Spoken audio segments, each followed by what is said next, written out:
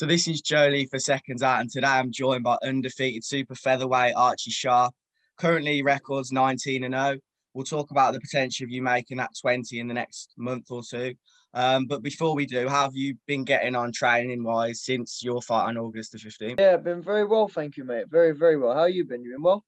Yeah, I'm okay. Obviously, like I was just saying, lockdown's just not the best. But yeah, so since the fight, what have you been training on? I know you've got a potential fight that we're going to talk about in a minute, next month. But what's been the main focus since your last fight? Well, since my last fight, my main moves that I've obviously made is going with Alan Smith down at the iBox gym. So that's been my main move, and the biggest move of my career, I'll say. So yeah, since being there, things are going very, very well. Been getting great sparring, learning some new stuff, and I look forward to putting it all in the ring. And you with the likes of Dennis McCann, Sam Noakes as well. How is it alongside those hungry young fighters that you're going to be with day in, day out? It's good to be alongside these young fighters. You know what I mean? Dennis, good kid. Well, they're all great kids, all great fighters. I've been doing a few rounds with Dennis last week, so and he's nice and sharp, keeps me moving. So it's good because obviously, when I was training on my own, you kind of get a bit complacent. Yeah. And you think you're training hard, but it's only when do you know what I mean? You want to be around everyone else to give you a kick. And obviously, I'm the oldest one in there, so I've got to lead by example. So yeah, so it's been very, very good, training very hard. And I'd like to say I'm in the best shape I've been in my career. Brilliant. Then when do you look to be out there next? Is it February, I believe? Yeah, so 27th of February looks like what I'll be card. out on the undercard of Frampton and Jamel. So that's the talks at the minute. So yeah, like I say, just training, just getting the sparring in. Had some good sparring again today with Harlem Eubank. So that's some good rounds. Mm-hmm. Been sparring some big boys, some light welterweights the last couple of weeks. So it's been good. Obviously, Dennis last week, Sharp. Is it important for you to look one of the best you've ever looked in your career after not the best fight against Jeff Fourie last time out on a big show like this? Are you willing to put in so much more work and just is it easier to stay motivated? So everything does happen for a reason. Obviously, if I boxed well on that last fight, then there's still been talks with the whole Frampton and Jamel and kind of a little bit more. But I've just been a little bit quiet, a bit low key. I've made some big adjustments, some big movements, and yeah, now it's time to go out there, make a big statement, put on a big show, and what a great card to do it on, especially with, like I say, with Frampton and Jamel, which is what I think. Knowing I'm on that undercard as well, knowing that my eyes are for them next is gonna bring the best out of me as well. Knowing I've got to work now. Do you think that last fight was almost a blessing in disguise for you? Yeah, for sure. Everything happens for a reason. Like I say, 19-0, still unbeaten. I'm in a very good position. The thing is with me, I'll always do. That's the thing with me. I'll always do enough to win. So no matter what, even if I'm down, I'll always find a way to win. That's probably one of my best things about me. No matter what, will be the winner. But my last performance just wasn't the way that I wanted it. Do you know what I mean? I didn't win in the style that I wanted to win. And a lot of it was down to inexperience as well. I've been with Richard. Well, I was with Richard from the age of 7. I still speak to him every single day. And we got a little bit complacent and the training was a lot different as well. I think what I'd done wrong is I left it all in the gym. And then when it come to fight night, I was worn out because I was sparring in Tenerife with the Walsh brothers 4 weeks before. And I think that was a little bit a bit too early on in camp when really. So yeah, I've just learned a lot more. And being with Alan, with the most experienced coach out there, some good stuff. I'm looking forward to it. Honestly, I really am looking forward to it. I'm in great shape, and I was pleased with the improvements in the last few weeks. Yeah, definitely. I think it's good. Like you said in the post-fight interview, a lot of fighters will turn up, have a bad day and lose, but you turn up, had a bad day and you still won. So I want to pose this one before we move on. If you would have performed like that against someone else, say Liam Woodstock, a tougher fighter, and you perform the same way you did on August 15th, do you think you would have lost, or do you always have that level in you where? The thing is, I know roughly where I am on the scorecard, or I would like to know roughly where I am. Do you know what I mean? So yeah. I knew I wasn't. I was nicking around. So I was just doing enough to nick the rounds, and I'll be doing it. And no matter what, whoever was in there, yeah, it would have been hard work, definitely. But like I say, I'd Yeah. always find a way to win no matter what, no matter who the opponent was. Even if it's got to throw an extra jab or something, I'd always find that way. Yeah. And I want to talk about the fight that you've got coming up now. Top of the bill, Jamel Herring, Carl Frampton. Just give us your thoughts on that fight. Who comes away with the victory? Can Carl Frampton become a 3-division world champion? What do you think? Definitely got the ability, but you know what? I've always said Jamel beats Frampton. I've said that because he's just naturally the bigger man. But I don't know. I'm a little bit 50-50 now. I really am a bit 50-50 because ideally, if Jamel sticks to his boxing and outboxes, he should really outbox Carl. Yeah. But I think he has got it in him to get brought into a dog match and a dog fight. And if he starts having get him close range with Frampton, and obviously I think that suits Frampton's fighting. Now, do you know what the thing is as well? They're both great fighters. They've both been at elite level. Yeah. For me, when you get to this sort of stage, it all depends on who brings their A game, and that's the most important thing. Because they've both got the tools to beat one another. Do you know what I mean? They've both got the tools. It's all about who comes with their A game and boxes out their skin, basically.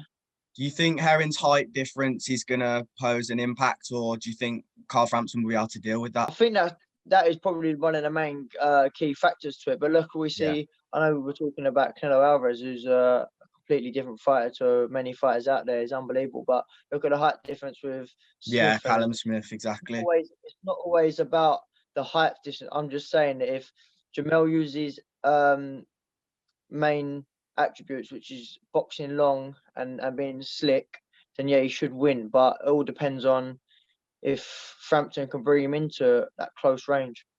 Yeah. The super featherweight division is very stacked at the moment. Ideally, on your route to the top, where would the fight with Zelfa Barrett fit in? It could be after you've got a world title.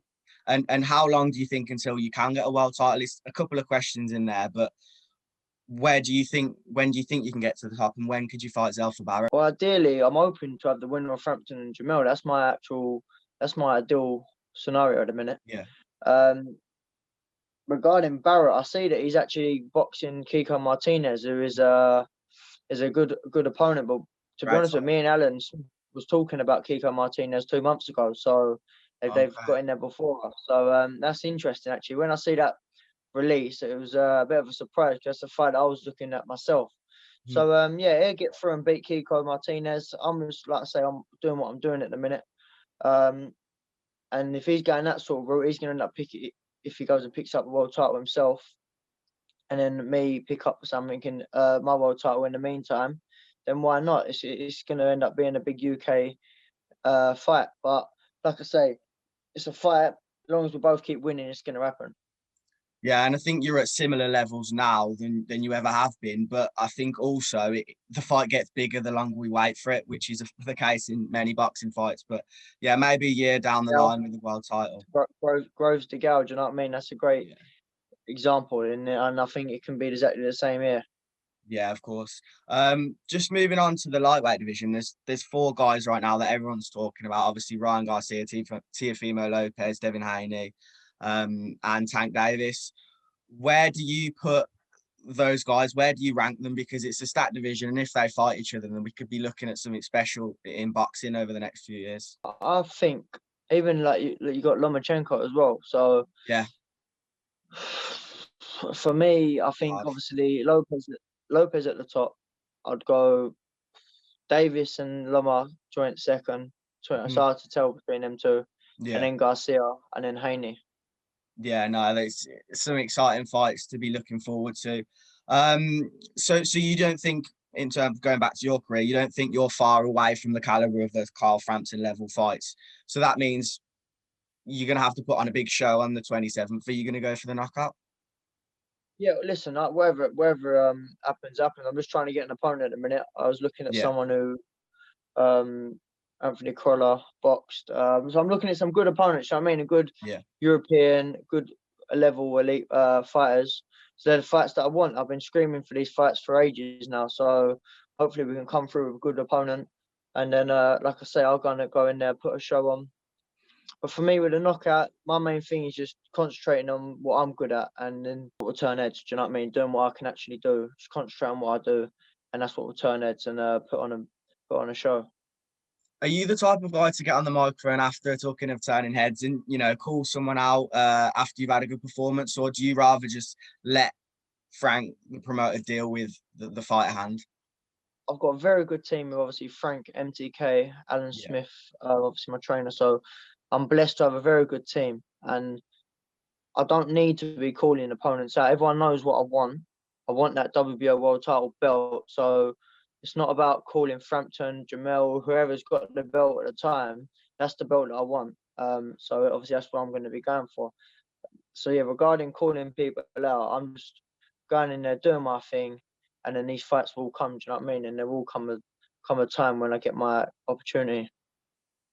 Perfect. And one more thing before I let you go. Shakur Stevenson's obviously looking really good at the weight class. How far away do you think you are from that fight as well? He's very young. Do you think you could be ready for that whenever? Shakur is a great fighter, but I think what the problem is with me, with myself, I've been at elite level since day one. Do you know what I mean? I've been at elite level. Do you know, I've boxed the best, the McCormicks who were going into the Olympics. I boxed all of them. I beat everyone, so I know what level I'm at. The Olympic route just never kind of worked out for me for whatever reasons. So I know that I'm at that level. It's not a problem at all. Just as a pro, I haven't boxed at a level that I want to be to show the best of myself. Do you know what I mean? The only time really that I put on a good performance is when I boxed Woodstock.